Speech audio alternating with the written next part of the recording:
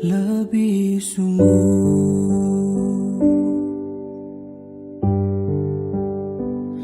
melayani, melayani lebih sungguh.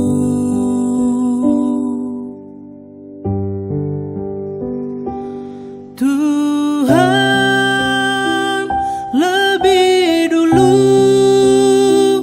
melayani kepadaku,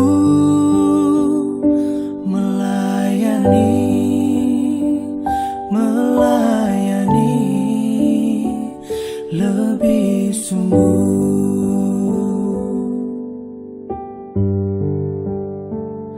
Mengasihi,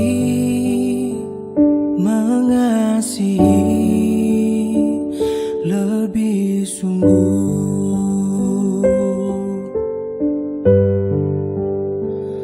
Mengasihi, mengasihi lebih sungguh.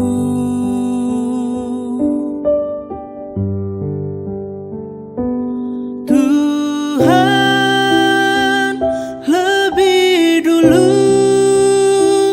mengasihi kepadaku, mengasihi, mengasihi lebih sungguh.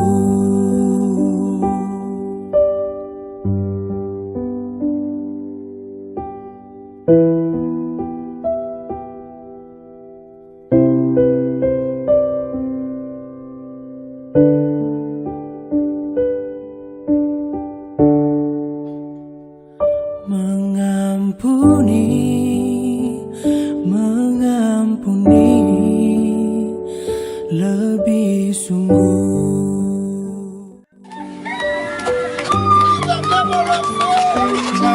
Mengampuni, mengampuni lebih sungguh.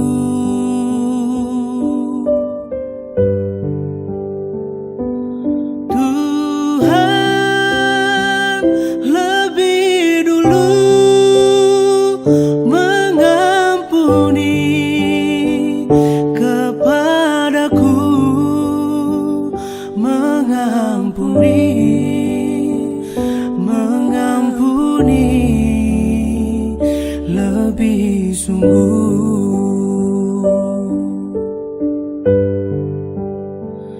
Mengampuni, mengampuni lebih sungguh.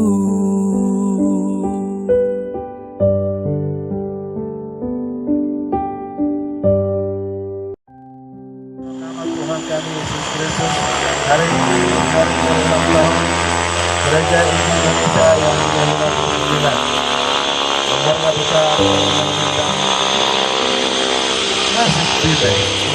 Kami semua hamba-hamba Tuhan untuk merayakan hari ulang tahun bersama-sama dengan kami, juga bersama-sama dengan kami semua. Kami serahkan ke dalam tangan-Mu. Kami akan lakukan persembahan untuk kemuliaan bagi nama-Mu. Biarlah kadarnya berikannya untuk kemuliaan bagi nama Tuhan. Dalam nama Tuhan Yesus Kristus, kami membuka ibadah sekaligus untuk melakukan persembahan. Amin.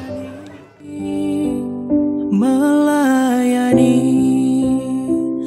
lebih sungguh.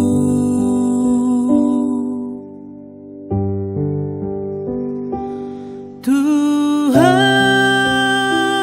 lebih dulu melayani kepadaku, melayani, melayani lebih sungguh.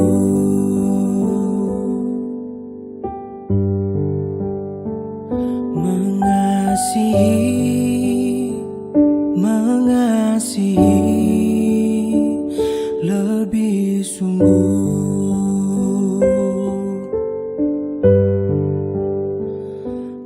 mengasihi, mengasihi lebih sungguh.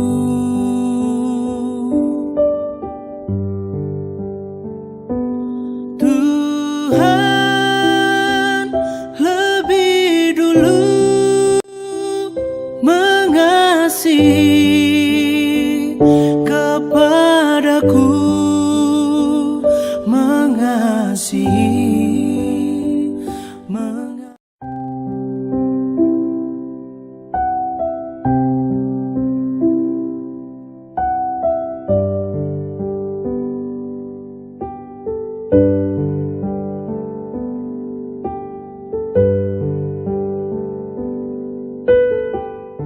Saya akan bawakan satu renungan, yaitu moto Gidi atau pondasi pelayanan Gidi yang selama ini dia berkembang sampai dengan hari ini, yaitu ada satu ayat Kisah Para Rasul pasal 1 ayat yang ke-8.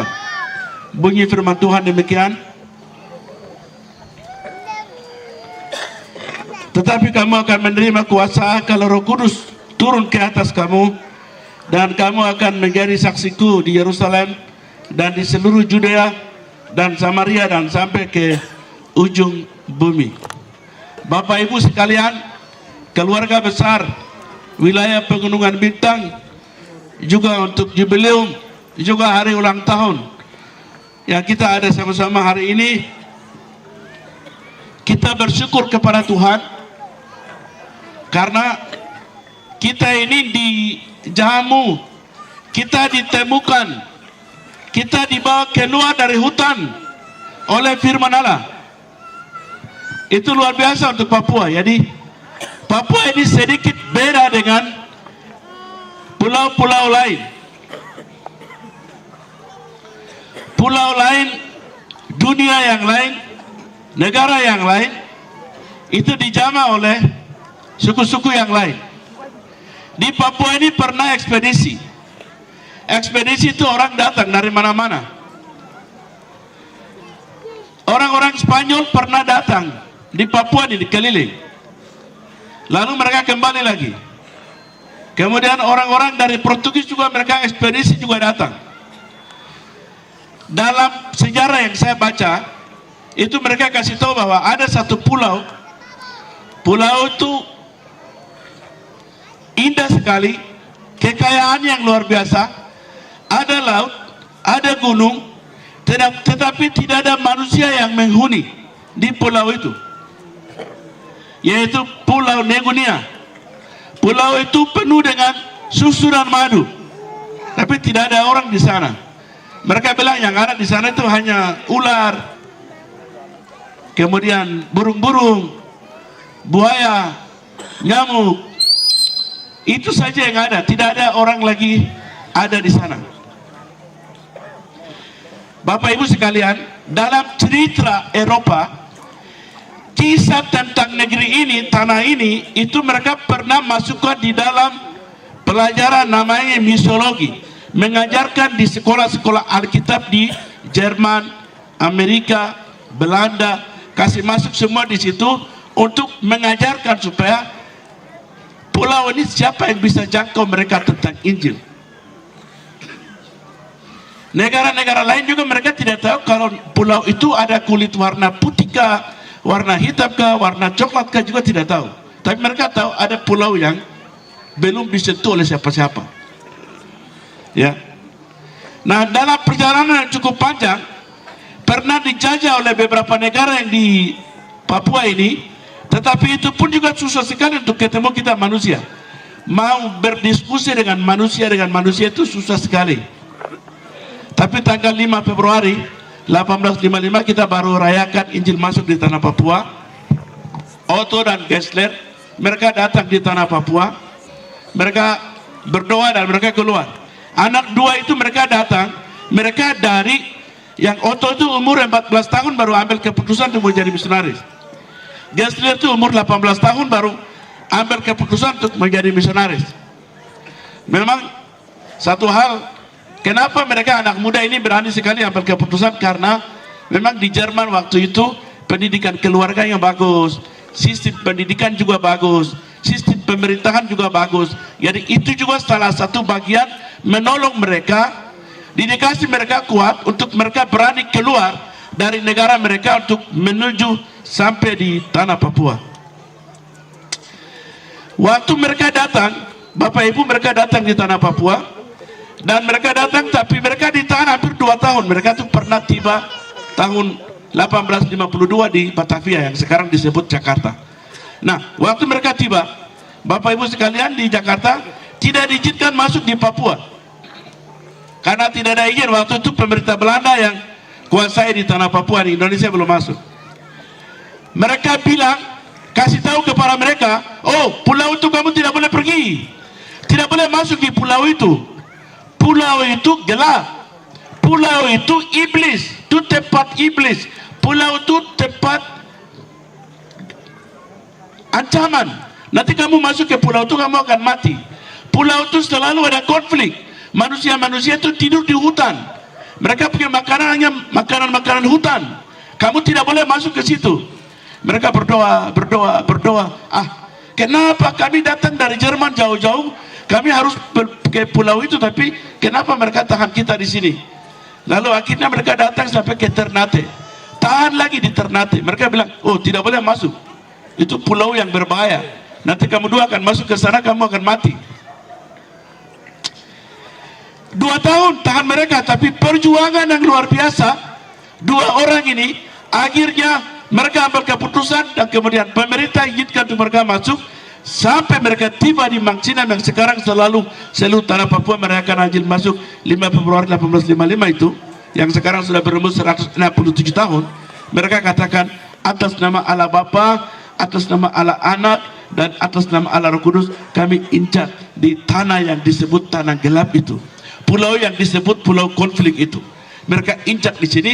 Setelah itu mereka berkembang. Setelah itu mereka mulai eksplorasi. Mereka mulai sampaikan berita tentang keselamatan, berita tentang manusia di Papua, berita tentang keselamatan yang dibutuhkan oleh orang Papua, dan terus diberitakan itu, didelegasikan itu di Eropa sana, di Jerman sana, di Amerika sana, di mana-mana. Sudah akhirnya apa yang terjadi?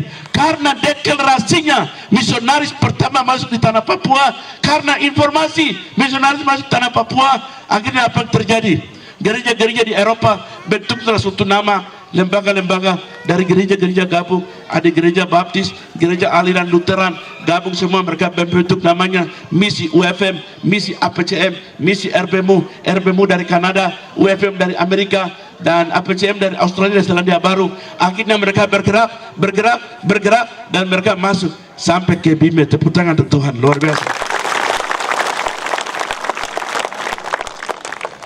Perjuangan yang tidak main-main. Ya, negara-negara lain orang mau masuk tidak pernah diskusi rapat besar sampai dengan orang mau masuk, tapi untuk hanya merebut Papua saja, wow, semua negara bicara. Spanyol bicara, ya, masalah Papua saya Spanyol mereka bicara, ekspedisi, ya. Dan kemudian apa? Negara-negara lain, Amerika masuk, Kanada masuk, Australia masuk, Jerman masuk, Belanda masuk. Wow, luar biasa. Pulau lain tidak begitu. Ada apa Papua ini? Kok istimewa? Ya, hitam kritik kok istimewa. Kok mahal di hadapan Tuhan? Amin. Kok mahal di hadapan Tuhan? Kok mahal di hadapan Tuhan? Kasih tahu kiri kanan, karena kok mahal itu orang banyak datang. Ya, negara-negara rebut sampai hari ini. Amin. Amin. Orang Yahudi, Pak Ruben Berger, kami bawa dia keliling beberapa tempat. Lalu sampai masuk ke Mulia sana ada peresmian gereja. Dia bilang saya begini, dan itu saya rasa kata-kata itu memori saya terganggu terus. Dia bilang, Pak Dorman, ini dia bicara tahun 2010. Dia bilang begini, Pak Dorman, saya mau kasih tahu. Di dunia ini ada 2 bangsa yang unik, spesial. Dan 2 bangsa itu akan direbutkan oleh dunia-dunia yang lain sampai Tuhan datang. Yaitu hanya Israel dan Papua. Kenapa? Karena dia bilang, kami orang Yahudi itu dipilih oleh Allah. menjadi anak Allah. Karena itu bangsa-bangsa lain cemburu. Wah, kok saya yang dipilih baru kami? Karena kecemburuan itu mereka akan benci kami terus sampai Tuhan akan datang, Mesias akan datang. Tapi kamu punya kekayaan alam, gunung, laut, emas, uranium.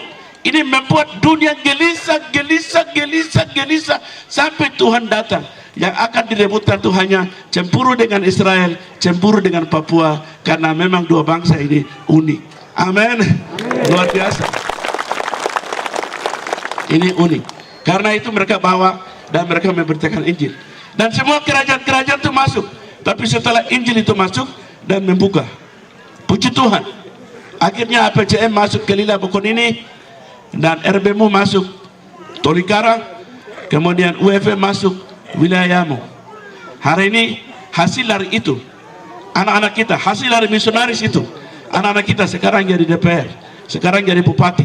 Ya, hasil dari misionaris yang mereka datang, mereka bawa Injil itu sampai dengan ke tanah Papua.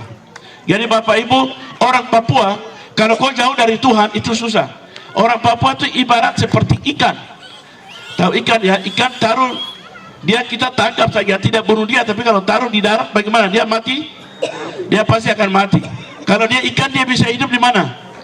Di laut. Hal yang sama, orang Papua kau taruh di luar Tuhan, kau akan mati. Biar uang banyak juga kau akan mati. Biar kau punya jabatan juga kau akan mati. Biar kau bilang apa dia kau akan mati. Walaupun tidak masyarakat tinggal di kampung, kau tidak mau masuk gereja juga kau akan mati. Kau kehilangan harapan, kau kehilangan masa depan. Tetapi kita orang Papua kayak ikan. Coba semua berkerumun, semua ikut Tuhan, semua masuk dalam Tuhan. Ada harapan, ada namamu terus akan berkibar, namamu terus akan ada di mana-mana, ya. Namamu terus akan ada.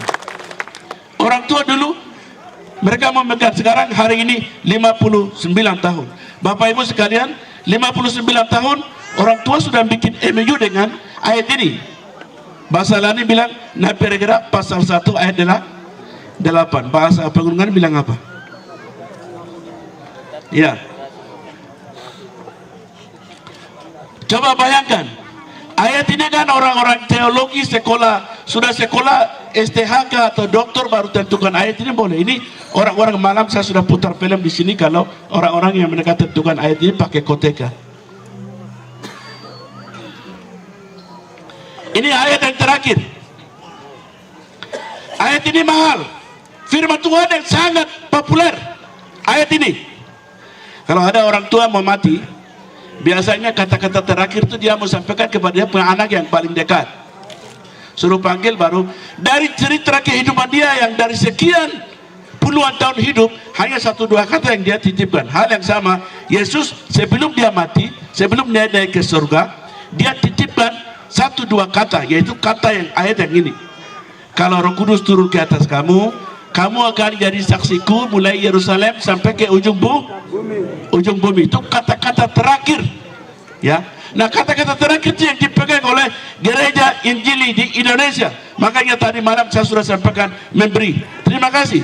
Hari ini persembahan kita hari ini, orang misionaris datang, mereka menginjili kami dengan pakai uang. Tapi kami orang hitam kritik ini akan pergi ke dunia luar. Kami akan pakai hasil bumi yang hari ini kumpul. Ya. Cara kita kirim orang dengan cara kita, ya, kirim orang dengan cara kita, bukan cara orang lain. Kita akan lakukan penginjilan. Tuhan akan memberkati kita. Luar biasa orang-orang suku Lani yang memberitakan Injil di mana-mana. Saya biasanya orang suku Balak. Ya, ada satu suku yang kecil, suku yang biasanya sedikit pelit di dalam satu suku itu. Tidak seperti yang orang suku lain. Injil ini kan dia turun di Wamena, dari Wamena naik ke piramid, dari piramid dia lewat kampung saya, dan di situ orang tua saya pernah bunuh babi dan kasih makan, kasih tahan orang di situ, tapi tidak mau tinggal. Mereka ke Danau Asbol, baru setelah itu rupanya mereka keliling cari suku Lani. Karena dia mau mendarat suku Hupla belum bisa bergerak. Dia mau mendarat di suku Walak, belum bisa bergerak karena orangnya pelit. Dia mau bergerak di suku Gem, ini Ya, sedikit tertutup. Dia cari sampai dia mendarat itu orang Lani punya, karena soalnya orang Lani itu makan bersama, hidup bersama, duduk bersama, kerja bersama, berjalan bersama, mati bersama, hidup bersama, itu hanya orang Lani. Karena itu saya bicara ini juga hasil dari penginjilan orang Lani. Jadi kita beri kemuliaan untuk orang Lani. Luar biasa. Cerita tadi malam, ada 4 orang Lani yang sampai bawa Injil sampai injak di sini. Coba bayangkan. Saya pernah bilang sama orang di Tolikara sana dalam HUT Gidi yang tahun lalu saya ada di sana. Saya bilang waktu itu mereka masuk sekolah kita, Pak Kondapa yang dia buka yang tadi malam kita nonton, dia buka sekolah kita itu tahun 1958. Lalu tahun 1959 itu dia sudah utus misionaris ke Merauke, ke Kamur Kawen, Pak Yana, Pak Bimber itu. Berarti sekolah kita berapa tahun? 1 tahun. Buka sekolah kita di Karubaga itu 1958, baru 1959 sudah kirim. Berarti orang Lani ini pintarnya luar biasa, orang Papua ini pintar luar biasa. Siapa yang sekolah kitab 1 tahun? Ya, luar biasa. Amin. Baru belajar Alkitab bukan kejadian sampai Wahyu, tidak, hanya 4 berganda itu. Matius, Marakut, Lukar, Yaya, hanya itu. Ya. Hanya itu. Hanya itu. Matius, Marakut, Lukar, Yaya, hanya 4 Injil itu. Tapi dia operasi Pegunungan Bintang, operasi Yahukimo, operasi Merauke, operasi di mana-mana. Haleluya. Haleluya. Beri kemuliaan untuk Tuhan Yesus. Barang apa ya nih? Orang Papua itu, misionaris lokal itu, mereka pemimpin peradaban, mereka pemimpin orang hebat. Hasil mereka hari ini kita semua ada di sini. Mereka kerja lapangan dengan tangan, bukan dengan dosen. Ya, mereka kerja lapangan dengan tangan. A, I, O, E, U mereka cepat sekali belajar. Karena mereka tidak bisa belajar khotbah, mereka ciptakan lagu. Baru mereka menyanyi lagu-lagu. Di dalam lagu itu ada spirit, ada roh yang keluar menyelamatkan orang semua. Cara penginjilan orang Papua itu beda dengan orang lain. Ya, dia mau mati di mana tidak perlu. Ya, luar biasa. Dia sudah bergerak di mana-mana, dia sudah menjangkau di mana-mana.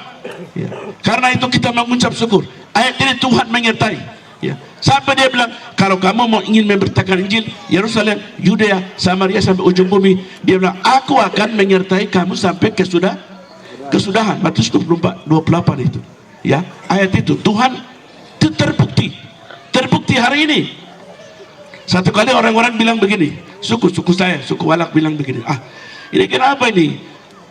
Pak Lukas itu jadi gubernur kok dari orang suku Lani, Pak Ketua DPR Yunus itu kok orang suku Lani, Ketua MRP itu kok suku Lani. Kok kenapa? Saya bilang, kok yang duluan terima itu Injil? Orang tua kan hanya Matiur, Marakut, Lukar, Yaya. Dia operasi Pegunungan Bintang, operasi Yahukimo. Hasilnya mereka harus menikmati hari ini. Amin.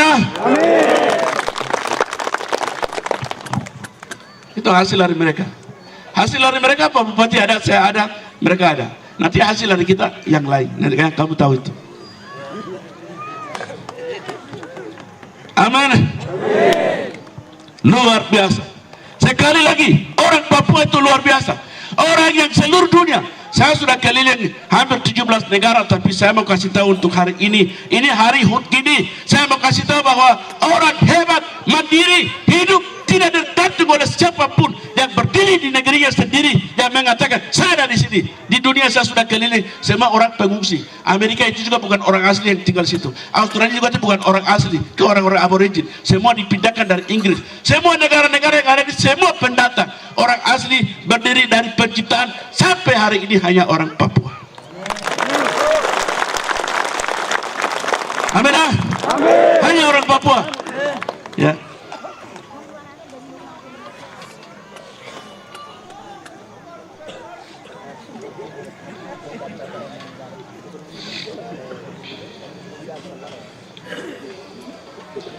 Kenapa orang Papua sekolah di Jawa kok? Kenapa kau tidak mau kerja di PGO di situ baru pulang? Kenapa orang Papua juga sekolah di Amerika tapi kau tidak kerja di sana baru pulang? Orang lain itu beda. Orang lain datang cari makan di sini, tinggal di sini. Penduduk Manado pindah di sini. Penduduk Jawa pindah ke sini, penduduk Makassar pindah ke sini, kerja di sini, beranak cucu di sini, makan minum di sini. Saya mau tanya, orang Papua pernah pindah ke Jawa? Orang Papua pernah pindah ke Kalimantan? Kenapa? Ini kan negara Indonesia, dari Sabang sampai Merauke, kesatuan kita semua jadi satu. Loh, kalau begitu Papua lain pindah dong. Kenapa kamu tinggal di sini? Ada magnet apa sampai sudah sekolah juga tapi maunya kembali terus ke Papua? Persoalannya apa? Persoalannya apa? Tidak sama. Watak orang Papua tidak sama. Pendirian orang Papua tidak sama. Mencintai negeri tidak sama. Kau akan berdiri di sini sampai kapanpun. Kau akan berdiri di sini. Mau kasih habis kamu pun, kau akan berdiri di sini. Menghilangkan kamu pun, kau akan berdiri di sini. Negerimu di sini.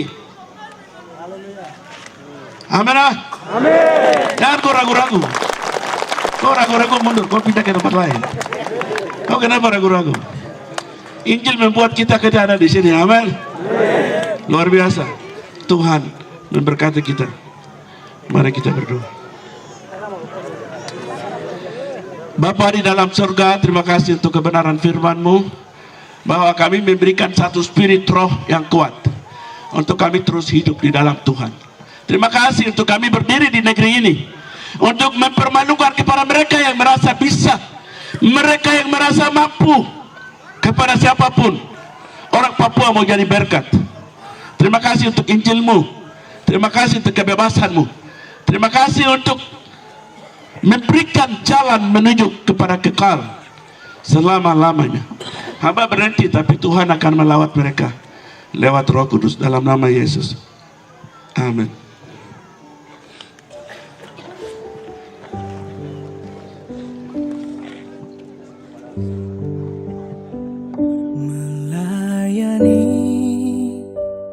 Melayani lebih sungguh.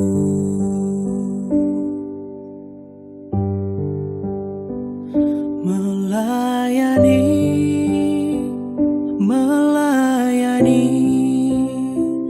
lebih sungguh.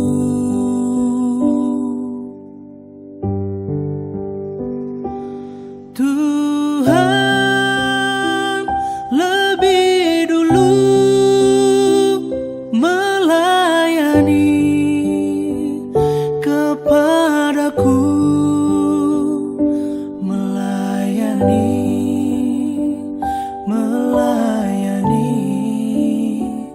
lebih sungguh.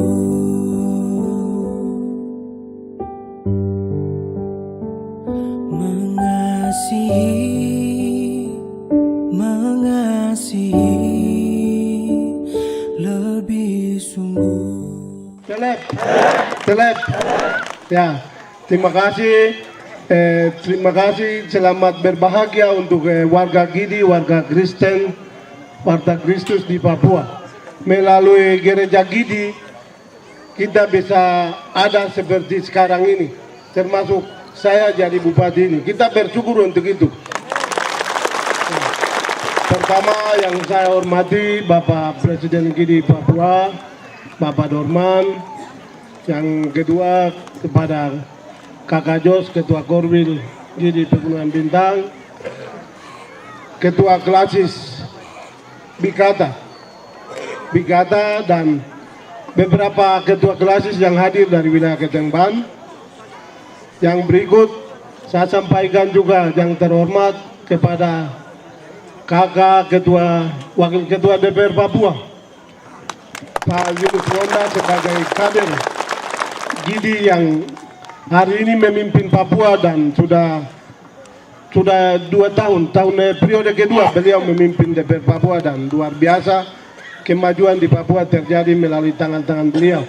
Dan yang kami hormati anggota DPR dari Papua yang utusan Pegunungan Bintang, Tarius Mul, Wakil Ketua DPR Pegunungan Bintang dan anggota DPR Pegunungan Bintang, tokoh-tokoh, salah satunya mantan Wakil Bupati, terus ada Pak Ignas Mimin, dan seluruhnya yang saya tidak bisa sebut satu persatu.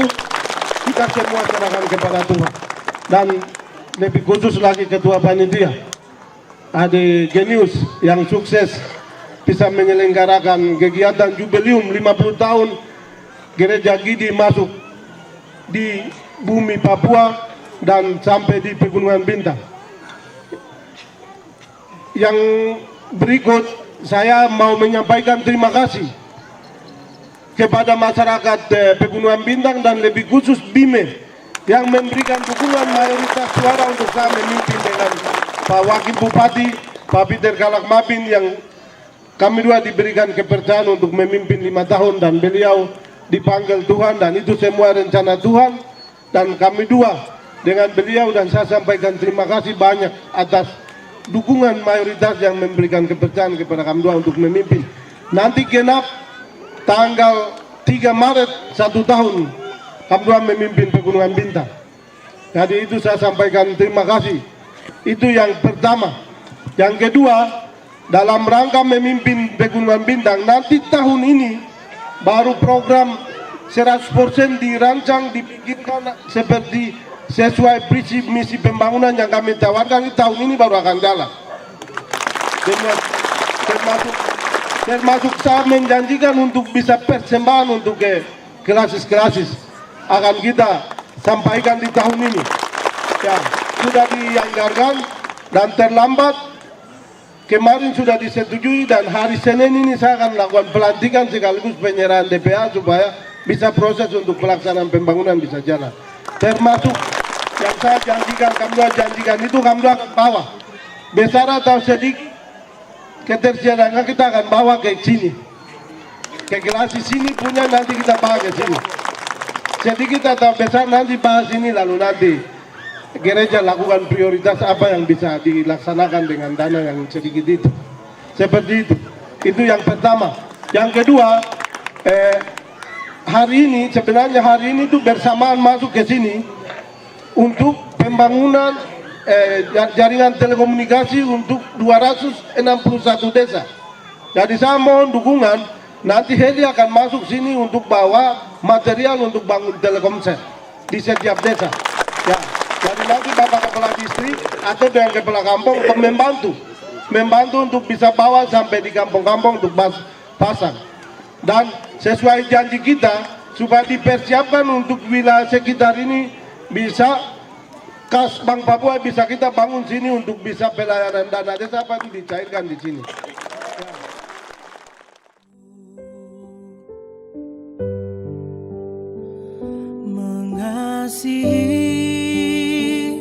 Mengasihi lebih sungguh,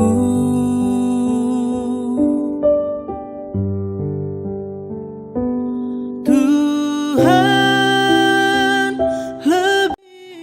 Saya mewakili dari masyarakat distrik BIME. Saya tidak berikan catatan karena catatan kami sudah kasih pada saat kampanye Bapak. Dan hari ini kami minta dari seluruh masyarakat hebat yang ada di distrik BIME bahwa pekerjaan yang paling mendadak untuk membantu kami adalah yang pertama jubileum, tetapi diantaranya lapangan BIME dalam tahun ini goreng. Terima kasih.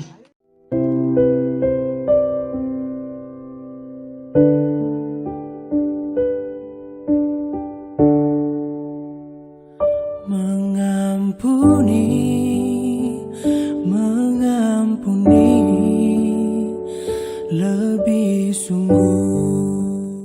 Satu kesempatan yang begitu indah yang bisa hadir di sini. Ya, saya pikir jubileum kemarin kami sudah sampaikan bahwa bantuan Bapak Gubernur Provinsi Papua untuk jubileum kader gereja Gidi Bapak Lukas NMB kemarin kami sudah serahkan secara simbolis yaitu 7 miliar untuk acara jubileum. Ini tanggung jawab kami. Kalau tadi kita ikuti historis perjalanan penginjilan, dulu orang tua mereka datang ke sini hanya dengan koteka. Mereka tidak punya uang, mereka tidak punya apa-apa, hanya Injil di tangan dan koteka dengan semangat mereka berangkat. Hari ini daerah ini terbuka luar biasa dan hampir seluruh Papua.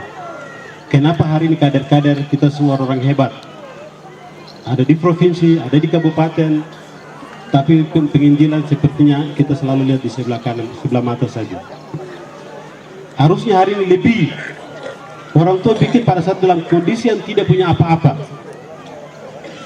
Hari ini kita punya apa-apa.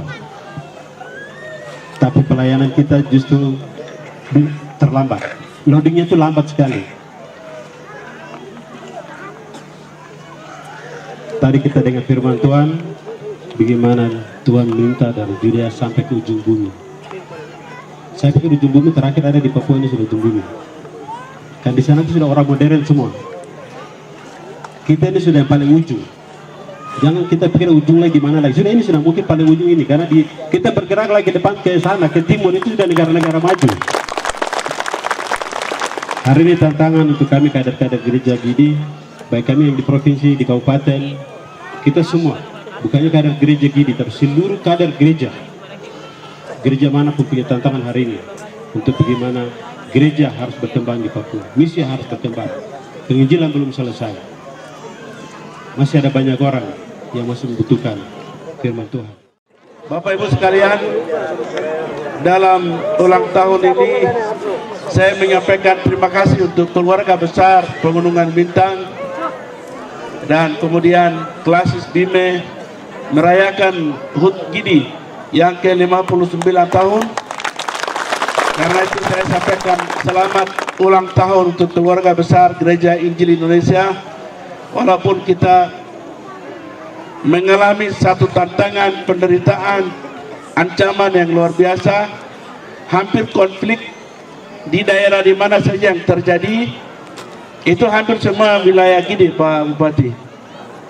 Jadi saya itu agak bingung juga karena tidak tahu. Ini orang-orang yang berjuang untuk tanah ini semua orang Gidi. Yang pengungsi yang Pegunungan Bintang itu komandannya orang Gidi. Goliat di Mulia sana itu orang Gidi. Dr. Tabuni itu orang Gidi, semua orang Gidi. Sementara yang gubernur juga orang Gidi, ketua DPR juga orang Gidi, ketua MRP juga orang Gidi. Jadi yang bicara NKRI juga orang Gidi, bicara Papua juga orang Gidi. Jadi Pak Bupati begitu. Saya juga agak bingung di dalam di tengah-tengah ini. Jadi saya bilang biarlah yang kelompok di sini, biarlah kelompok di sini, dua-dua jalan nanti ketemu di sana. Tapi saya urus tuh bagaimana dua-dua ini bisa masuk surga, hanya itu yang urus supaya dua-dua jangan korban, tapi mereka berharga di mata Tuhan.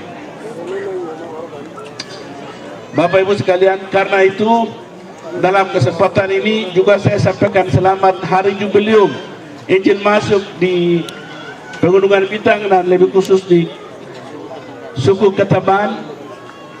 Terima kasih orang tua Lani yang menemani untuk sudah bawa sampai dengan Incak di sini. Ya, saya sampaikan selamat untuk jubileum. 50 tahun itu sudah. Setelah jubileum itu nanti akan lihat generasi yang lain lagi. Acara jubileum itu harus dilakukan dan itu sudah dilakukan. Terima kasih karena setelah jubileum nanti ada banyak generasi yang pemimpin hebat akan bangkit, akan naik, ya, untuk ke depan. Karena itu terima kasih untuk panitia yang sudah siapkan ini dan kita semua untuk ada sama-sama di sini. Yang berikut terima kasih untuk Pak Bupati sudah sampaikan visi misi. Pak Bupati ini sebelum dia maju dia datang ke rumah untuk doakan saya. Dari Bupati hari ini. Ya. Orang Gidi jarang untuk datang doakan di rumah, tapi ini dia bukan Bapak, ini bukan orang Gidi, tapi masa dia datang sama Presiden Gidi untuk doakan. Saya doakan dia, saya bilang, Bapak, kamu orang gereja lain tapi datang minta doa dari saya, aku besok akan menang. Nah betul dia menang.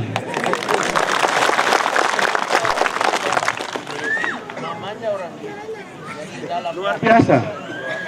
Jadi karena itu terima kasih yang Bapak tadi sudah sampaikan untuk membangun wilayah Gidi dan memberkati kemudian hal-hal yang lain-lain.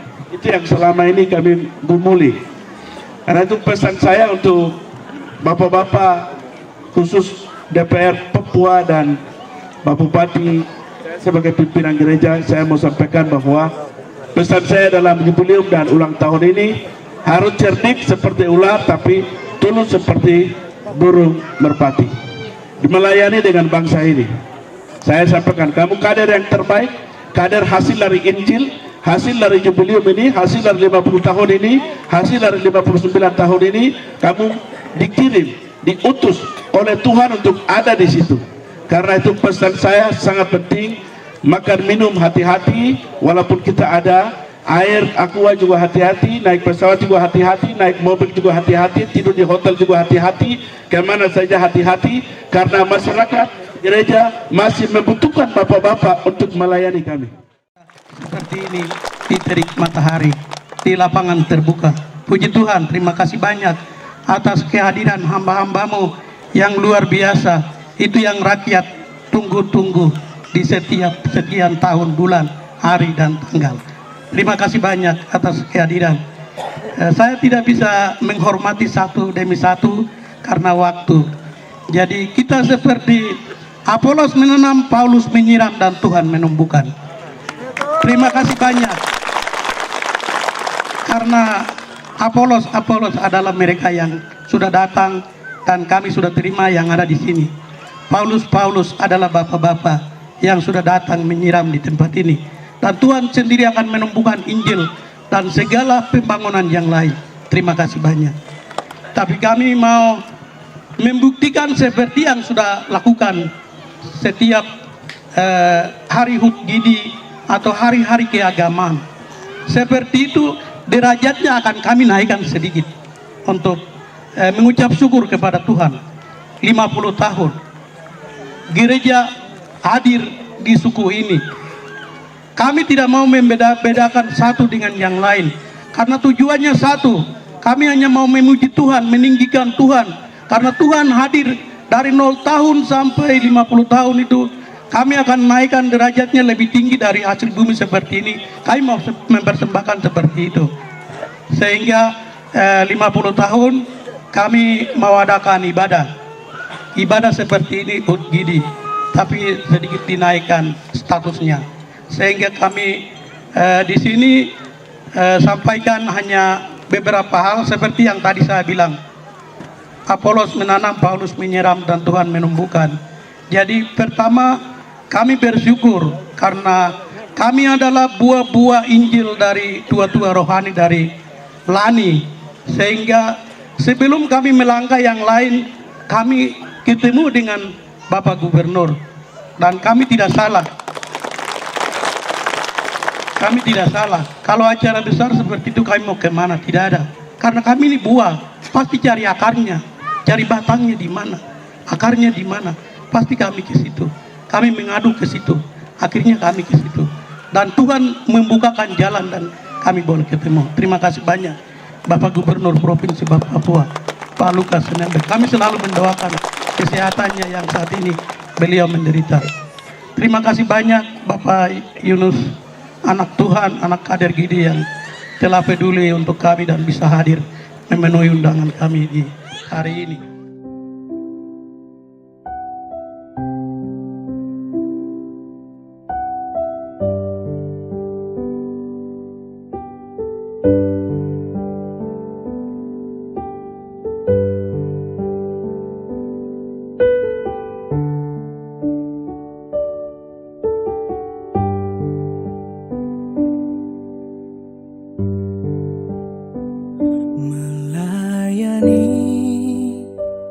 Melayani lebih sungguh. Sangat penting, turun temurun akan saksikan dong, dengan lihat monumen ini, dan kita akan ingat perjalanan sejarah Injil masuk di suku Kasambi. Atas nama Bapa, Sungguh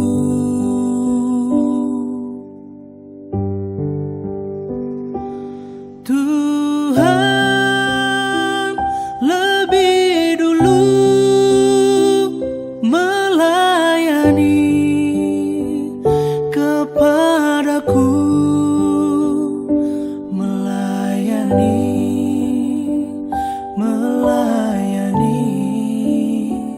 lebih sungguh.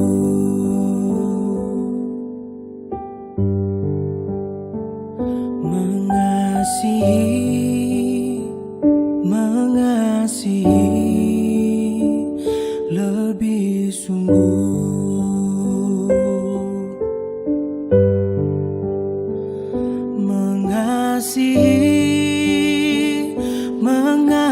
mengasihi lebih sungguh.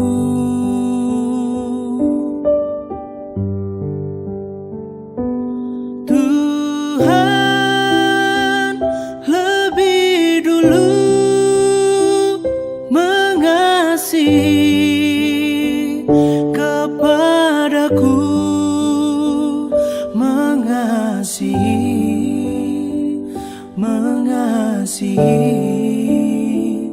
lebih sungguh.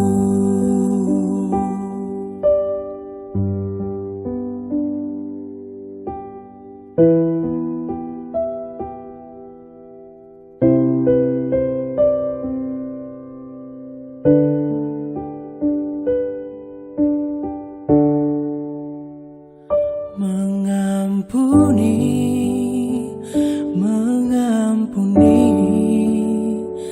lebih sungguh.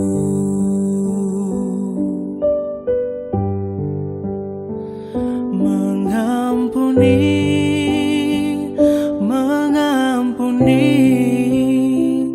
lebih sungguh.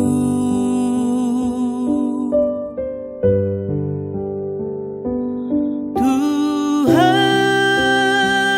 lebih dulu mengampuni kepadaku, mengampuni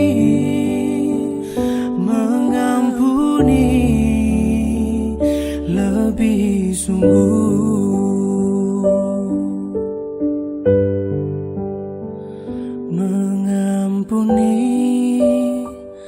Mengampuni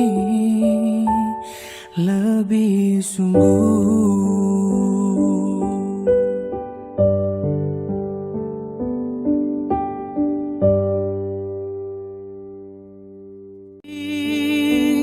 Kepadaku mengasihi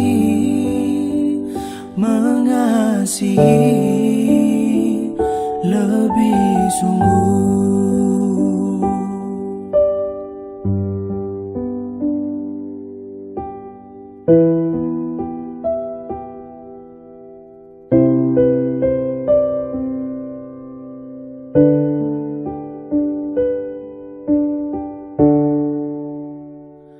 Mengampuni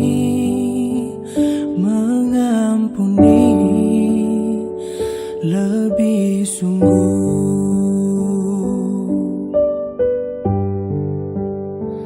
Mengampuni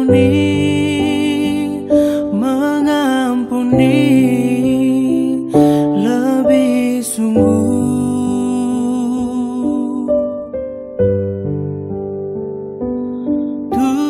Tuhan lebih dulu mengampuni kepadaku, mengampuni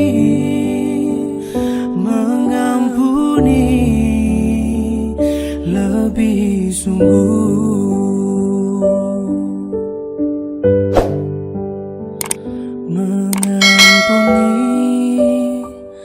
Mengampuni